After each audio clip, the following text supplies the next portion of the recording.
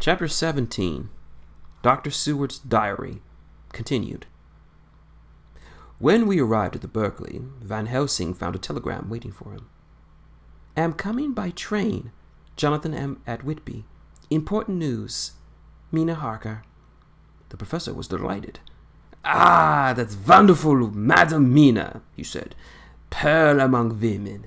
She arrived, but I cannot stay. She must go to your house, friend John. You must meet her at the station. Telegraph her en route so that she may be prepared. When the wire was dispatched, he had a cup of tea. Over it he told me of a diary kept by Jonathan Harker when he was abroad, and gave me a typewritten copy of it, and also of Mrs. Harker's diary at Whitby. Take these, he said, and study them well. When I return, you will be mastered of all the facts, and we can then better enter on our inquisition. Keep them safe, for there is much in them there is much in them of treasure. You will need all your faith, even if you who have such experiences have that today. What is told in here, he laid his hand heavily and gravely on the packet of papers as he spoke, may very well be the beginning of the end to you and me and maybe another. Or maybe it sound the keel of the undead who walk the earth. Read all, I pray with you, with an open mind, and if you can add in any way to the story here told, do so, for it is all important. You have kept a diary of all these so strange events. Is that not so? Yes. Then we shall go do all these together when we meet. He then made ready for the departure, and shortly after drove off to Liverpool Street. I took my way to Paddington. When I arrived 15 minutes before the train came in. The crowd melted away after the bustling fashion common in the arrival platforms, and I was beginning to feel uneasy, lest I might miss my guest, when a sweet-faced, dainty-looking woman stepped forward up to me, and, after a quick glance, said, Dr. Seward, is it not? And you are Mrs. Harker, I answered at once, whereupon she held out her hand. I knew of you from the description of poor Lucy, but... She stopped suddenly, and a quick blush overspread her face. The blush that rose on my own cheeks somehow set us both at ease, for it was a taciturn answer to her own. I got her luggage, which included a typewriter, and we took the Underground to Fenchurch Street, after which I sent a wire to my housekeeper to have a sitting room and a bedroom prepared for once for Mrs. Harker. In due time we arrived. She knew, of course, that the place was a lunatic asylum, but I could see she was unable to repress a shudder when we entered. She told me that, if she might, she would come presently to my study, as she has much to say. So here I am, finishing my entry in my paragraph diary, whilst I wait for her. As yet I have not had the chance to look at the papers which Van Helsing has left me, though they lie open before me. I must get her interested in something so that I may have an opportunity to read them. She does not know how precious time is, or what task we have in mind, so I must be careful not to frighten her. Ah, here she is. Mina Harker's Journal. 29th September. After I tidied myself, I went down to Dr. Seward's study. At the door I paused for a moment, for I thought I heard him talking with someone. As, however, he pressed me to be quick, I knocked on the door, and on his calling out, Come in, I entered. To my intense surprise, there was no one with him. He was quite alone, and at the table opposite him was what I knew at once from the description to be a phonograph. I had never seen one, and was very interested in it. I hope I did not keep you waiting, I said. But I stayed at the door as I heard you talking. I thought there was someone with you. Oh, he replied with a smile. I was only entering in my diary. Your diary? I asked him in surprise. Yes, he answered. I keep it in this. As he spoke, he laid his hands on the phonograph. I felt quite excited over it and blurted out, Why, this beats even shorthand. May I say something to it? May I hear it say something? Certainly, he replied with alacrity, and stood up to put in a train for speaking. Then he paused, and a troubled look overspread his face. The fact is, he began awkwardly, I only kept my diary in it, and as is entirety, or almost entirely, about my cases. It may be awkward. That is, I mean, he stopped, and I tried to help him out of his embarrassment. You've helped to attend dear Lucy in the end. Let me hear how she died. For all that I know of her, I shall be grateful. She was very, very dear to me. To my surprise, he answered, with a horror-struck look on his face, Tell you of her death? Not for the wide world. Why not? I asked, for some grave, terrible feeling was overcoming me. Again he paused, and I could see that he was trying to invent an excuse. At length he stammered out, You see, I do not know how to pick out a particular part of the diary. Even while he was speaking, an idea dawned upon him, and he said with an unconscious simplicity in a different voice, and with the naivete of a child, That's quite true, upon my honor. Honest Indian. I could not help but smile, for which he grimaced. I gave myself away that time. He said, But do you know that, although I kept the diary for months past, it never once struck me to how I was going to find any particular part in case I want to look it up? By the time my mind was made up that the diary of a doctor who attended Lucy might be something to add to the sum of our knowledge of that terrible being, and I said boldly, Then, Dr. Seward, you had better let me copy it out for you on my typewriter. He grew to a positively deathly pallor as he said, No, no, no. For all the world, I would not let you know that terrible story. Then it was terrible. My intuition was right. For a moment I thought, as my eyes ranged around the room, unconsciously looking for something or some opportunity to aid me, they lit on a great batch of typewritten on the table. His eyes caught the look of mine, and without thinking, followed their direction. As soon as he saw the parcel, he realized my meaning. You do not know me, I said. When you have read those papers, my own diary and my husband's also, which I have typed, you will know me better. I have not flattered in giving every thought of my own heart in this case, but of course you do not know me yet, and I must not expect you to trust me so far. He is certainly a man of noble nature. Poor dear Lucy was right about him. He stood up and opened a large drawer in which was arranged in order a number of hollow cylinders of metal covered in a dark wax, and said, You are quite right. I did not trust you because I did not know you. But I know you now, and let me say that I should have known you long ago. I know that Lucy told me of you. She told me of you too. May I make the only atonement in my power? Take the cylinders and hear them. The first half dozen are personal to me, and they will not horrify you. Then you will know me better. Dinner by then will be ready. In the meantime, I shall read over some of these documents, and shall better be able to understand certain things. He carried the phonograph himself to my sitting room and adjusted it for me. Now I shall learn something pleasant, I am sure, for it will tell me the other side of a true love episode, which I only know one side already. Dr. Seward's Diary, 29th September. I was so absorbed in that wonderful diary of Jonathan Harker and that the other of his wife that I let the time run away without my thinking. Mrs. Harker was not down when the maid came to announce dinner, so I said, She's probably tired. Let's wait dinner an hour. And I went on with my work. I just finished Mrs. Harker's diary when she came in. She looked sweetly pretty, but very sad, and her eyes were flushed with crying. This somehow moved me so much. Of late I have had cause for tears, God knows, but the relief of them was denied me. So at the sight of those sweet eyes, brightened with recent tears, went straight to my heart. So I said as gently as I could, I greatly fear I have distressed you.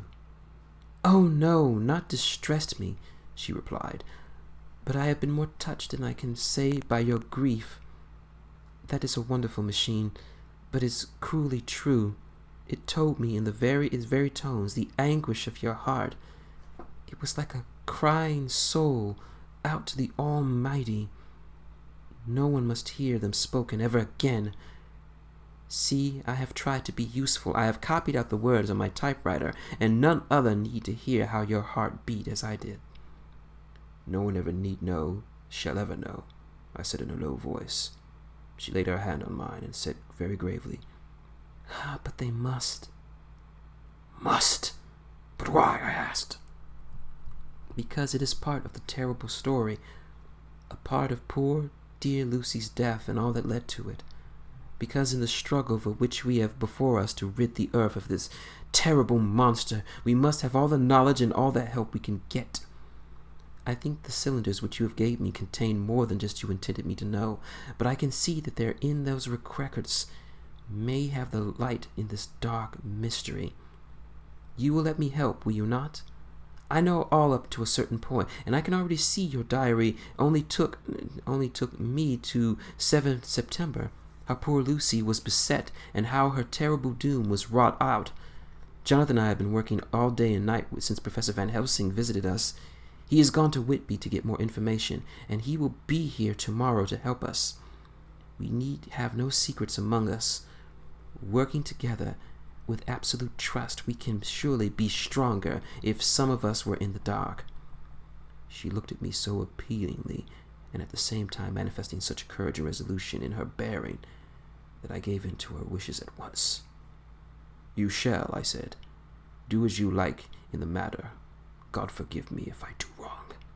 There are terrible things yet as I've learned, but if you have traveled so far on the road to poor Lucy's death, you will not be content, I know, to remain in the dark.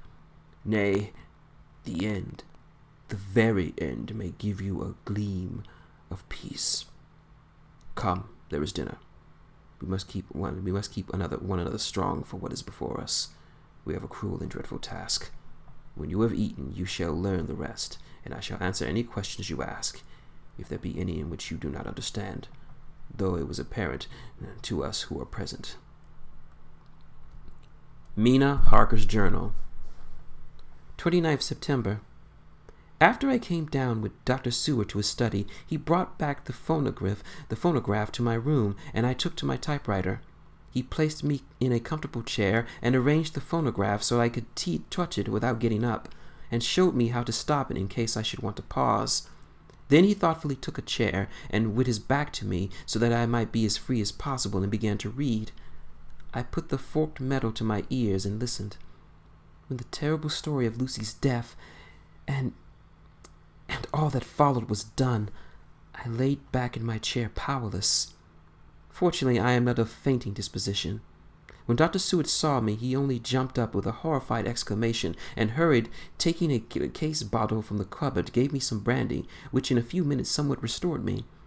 My brain was in all of a whirl, and only then came that through all the multitude of horrors, the holy ray of light that my dear, dear Lucy was at last at peace. I do not think I could have borne it without making a scene. It was all so wild and mysterious and strange that if I had not known Jonathan's experiences in Transylvania, I could not have believed it. As it was, I did not know what to believe, and so I got out of my difficulty by attending to something else. I took the cover off my typewriter and said to Dr. Seward, "Let me write this all down now. We must be ready for Dr. Van Helsing when he comes. I have sent a telegram to Jonathan to come here when he arrives in London from Whitby. In this matter, dates are everything, and I think if we get all of our material ready and have every item put in chronological order, we shall have done much. You shall tell that Lord Godalming and Mr. Morris are coming too. Let us be able to tell him when they come." He accordingly set the phonograph at a slow pace, and I began to typewrite from the beginning of the 7th cylinder. I used manifold, and so took 3 copies of the diary, just as I had done with all the rest. It was late when I got through, but Dr. Seward went about his work, going to his rounds of patients. When he finished, he came back and sat near me, reading, so I did not feel too lonely while I worked. How good and thoughtful he is! The world seems to be full of good men, even if there are monsters in it. Before I left him, I remembered what Jonathan put in his diary of the professor's perturbation at reading something in the Evening Post at the station at Exeter. So, seeing that Dr. Seward kept his newspapers, I borrowed the files from the Westminster Gazette and the Pall Mall Gazette and took them to my room. I remembered how much the Daily Graph and the Whitby Gazette, of which I made cuttings, helped us to understand the terrible events at Whitby when Count Dracula landed. So I shall look through the evening papers since then, and perhaps I shall get some new light. I am not sleepy, and I will work to keep me quiet. Dr. Seward's Diary, 30th September. Mr. Harker arrived at 9 o'clock. He got his wife's wire just before starting.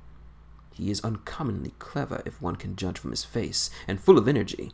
If this journal be true, and judging by one's own wonderful experiences, it must be, he is also a man of great nerve. That going down to the vault a second time was a remarkable piece of daring. After reading his account of it, I was prepared to meet a good specimen of manhood, but hardly the quiet, businesslike gentleman who came today. Later. After lunch, Harker and his wife went back to their own room, and as I passed a while ago, I heard the click of a typewriter. They are hard at it. Mrs. Harker says that they are knitting together a chronological order, every scrap of evidence they have. Harker had gotten the letters between the consignor of the boxes at Whitby and the carriers in London who took charge of them. He is now reading his wife's transcript of my diary. I wonder how they can make it out of it. Here it is. Strange, it had never struck me that the very next house might be the Count's hiding place. Goodness knows that we have enough clues of the conduct of the patient Renfield. The bundle of letters relating to the purchase of the house were with the transcript. Oh, if we had only had them earlier, we might have saved poor Lucy. Stop, that way lies madness. Harker has gone back and is again collecting the material. He says that by dinner time they will be able to show a whole collective narrative. He thinks that in the meantime I should see Renfield, as hereafter might be some sort of index to the coming and going of the Count. I hardly see this yet, but when I get at the duties I suppose I shall. What a good thing that Mrs. Harker puts my cylinders to type. We never could have found the dates otherwise. I found Renfield sitting placidly in his room with his arms folded, smiling benignly.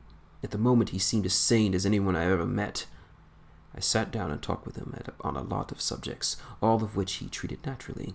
He then of his own accord spoke of going home, a subject that he had never mentioned to my knowledge during his sojourn here.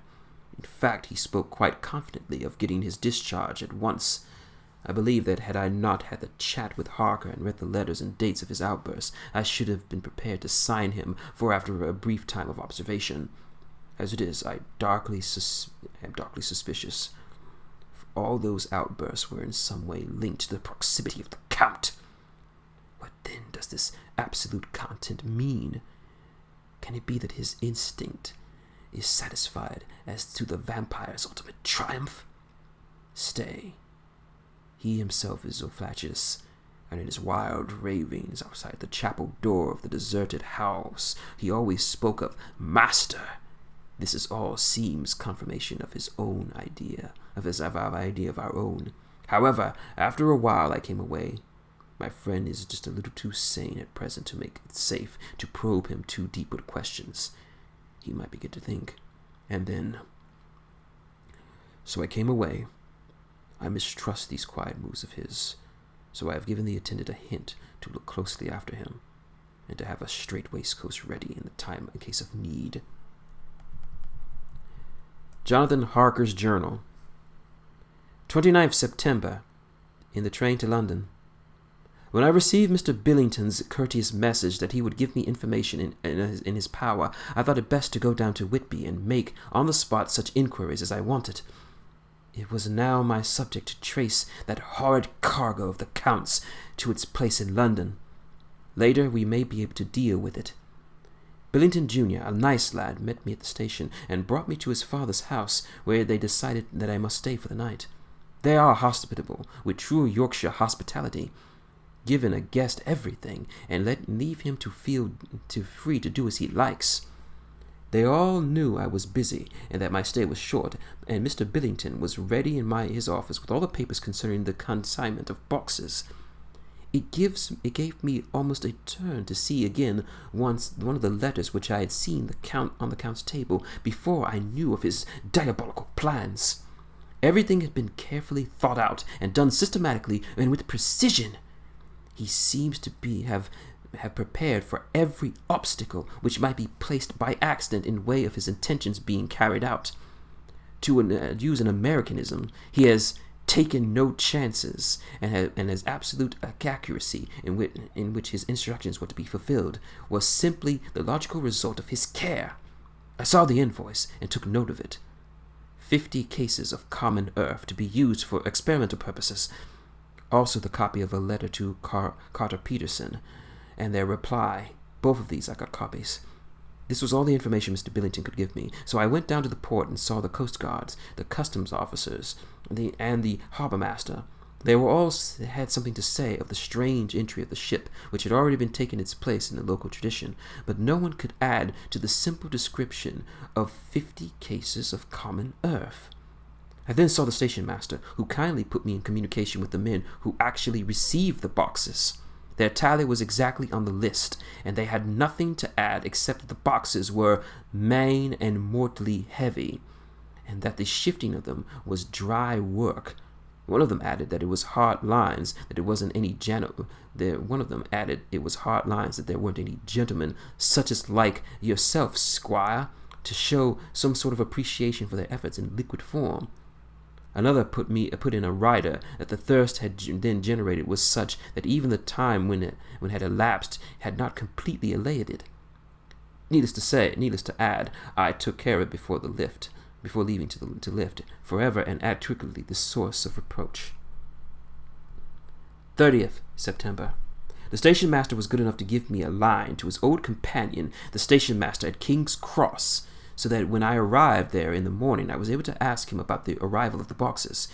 He too put me at once in communication with the proper officials, and I saw their tally was correct in the original invoice. The opportunities of acquiring an abnormal thirst had been limited here. A noble use of them, however, had been made, and again I had complied to deal with the result in an ex post facto manner.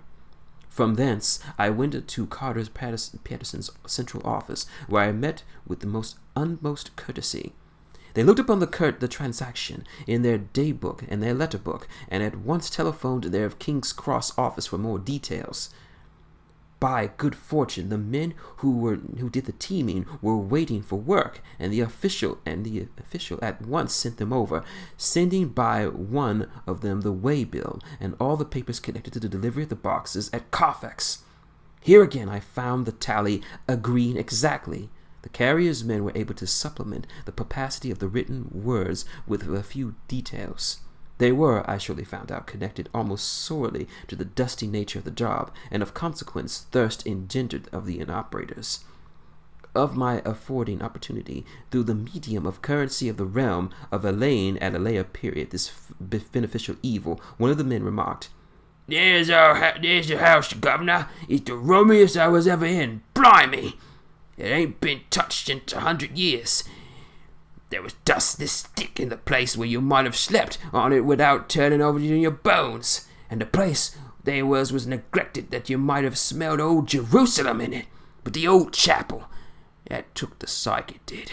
Me and me mate, we thought we wouldn't get out quicker. I wouldn't take less than a quick moment to stay there after dark.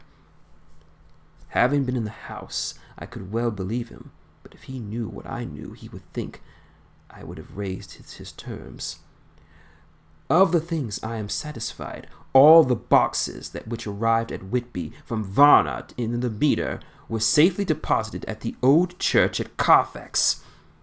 There should be 50 of them there, unless any of them should since been removed, as from Dr. Seward's diary, I fear. I shall try to see the charter for who took away the boxes from Carfax when Renfield attacked them. By following this clue, we may learn a good deal. Later, Mina and I have worked all day. and we put all the papers in order. Mina Harker's diary. 30th September. I am so glad that I hardly know how to contain myself. It is, I suppose, the reaction from the haunting fear which I've always had, that this terrible affair and the reopening of his own wounds might act detrimentally on Jonathan. I saw him leave for Whitby with a brave face as I could, but I was sick with apprehension. The effect, however, has done him good. He was never so resolute, never so strong, never so full of volcanic energy as at present. It was just as that dear, good Professor Van Helsing said. He is true grit, and he improves under the strain that would kill a weaker man of nature. He came back full of life and hope and determination. We have got everything in order for tonight. I feel myself quite wild with excitement. I suppose one ought to pity anything so hunted as is the Count. That is just it. This thing is not human, not even beast. To read Dr. Seward's account of poor Lucy's death and what followed is enough to dry up the springs of pity in one's heart. Later, Lord Godalming and Mr. Morris arrived earlier than we expected. Dr. Seward was out on business and had taken Jonathan with him, so I had to see them. It was to me a painful meeting, for it brought back all of poor dear Lucy's hopes of only a few months ago. Of course, they had heard of Lucy speak of me, and it seemed Dr. Van Helsing, too, had been quite blowing my trumpet, as Mr. Morris expressed. Poor fellows! Neither of them is aware that I know all about the proposals they had made to Lucy. They did not quite know what to say or do, as they were ignorant of the amount of my knowledge, so they had kept on neutral subjects. However, I thought the matter over, and came to the conclusion that the best thing I could do was to post them in affairs right up to the date. I knew of Dr. Seward's diary that they had been at Lucy's death, her real death, and I need not fear to betray any secret before the time. So I told them, as well as I could, that I had read all the papers and diaries, and that my husband and I, having typewritten them, had just finished putting them in order. I gave each of them a copy to read in the library. When Lord Godalming got his and turned over, it does make a pretty good pile. He said, "Did you write all this, Mrs. Harker?" I nodded, and he went on, "I don't quite see the drift of it, but you people are all so good and kind, and have been working so earnestly and energetically that all I can do is accept your ideas blindfold and will try to help you. I have had one lesson already in accepting facts that should make a man humble in the last hours of his life. Besides, I know that you loved my poor Lucy." He turned away and covered his face with his hands.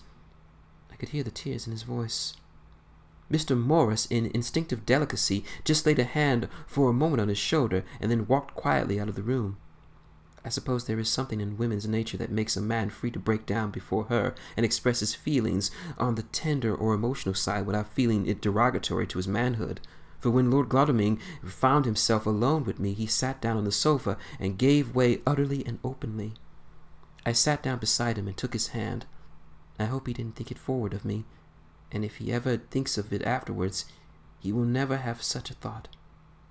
There I wrong him. I know he never will. He is too true a gentleman. I said to him that I could see his heart was breaking. I know I loved dear Lucy, and I know what she was to you, and what you were to her. She and I were like sisters, and now she is gone. Will you not be like a sister to? Will you not let me be like a sister to you in your troubles? I know what sorrows you have had, though I cannot measure the depth of them. If sympathy and pity can help in your affliction, won't you let me be of some little service, for Lucy's sake?" In an instant the poor dear fellow was overwhelmed with grief. It seemed to me that all that he had of late had been suffering in silence found a vent at once. He grew quite hysterical, and raising his arms open, bent his palms together in perfect agony of grief. He stood up and then sat down again, and the tears rolled down his cheek. I felt an infinite pity for him, and opened my arms unthinkingly. With a sob, he laid his head on my shoulder and cried like a wearied child, whilst he shook with emotion. We women have something of the mother in us that makes us rise above smaller matters when the mother spirit is invoked. I felt this big, sorrowing man's head resting on me, as though it were that of a baby that someday might lie on my bosom, and I stroked his hair as though he were my own child. I never thought at the time how strange it all was. After a little bit his sobs ceased, and he raised himself with apology, though he made no disguise of his emotions. He told me that for days and nights past, weary days and sleepless nights, he was unable to speak with anyone, as a man must speak in his own sorrow of time. There was no woman who could sympathize, with whose sympathy he could be given to him, or with whom, owing to the terrible circumstance which his sorrow was surrounded, he could speak freely. "I know now how I have suffered," he said, his eyes dry as he dried his eyes. "But I do not even know yet, nor the others can even know how much your sweet sympathy has been to me this day. I shall know better in time, and believe me that, though I am not ungrateful now, my gratitude would grow with my understanding. You will let me be like a brother, will you not, for all of our lives? For dear Lucy's sake." "For dear Lucy's sake," I said as we clasped hands. "Aye, and for your own," he added. "For if a man's esteem and gratitude were ever worth the winning, you have won mine today.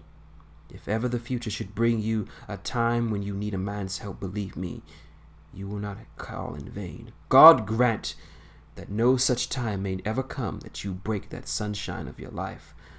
But if it should ever come, promise me you will let me know."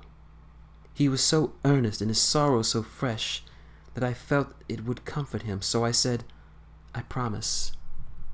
Then, along the corridor, I saw Mr. Morris out of the window.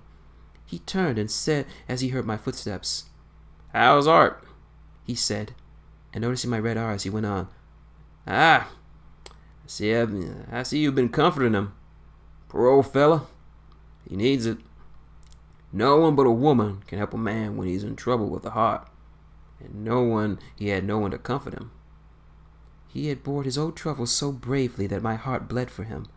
I saw the manuscript in his hand, and I knew that when he read it he would realize how much I knew, so I said to him, "I wish I could comfort all who suffer from the heart. Will you let me be your friend, and will you come to me for comfort when you need it? You will know later on why I speak." He saw he saw that I was earnest, and stooped, took my hand, raised it to his lips, kissed it. It seemed but poor comfort to so brave and unselfish a soul, and impulsively I bent over and kissed him. The tears rose in his eyes, and there was a momentary little choking in his throat. He said quite calmly, "Little girl, you will never regret the true-hearted kindness so long as you ever live." Then he went to his study with his friend. Little girl! The very words he used to Lucy. And oh, but he has proven himself a friend.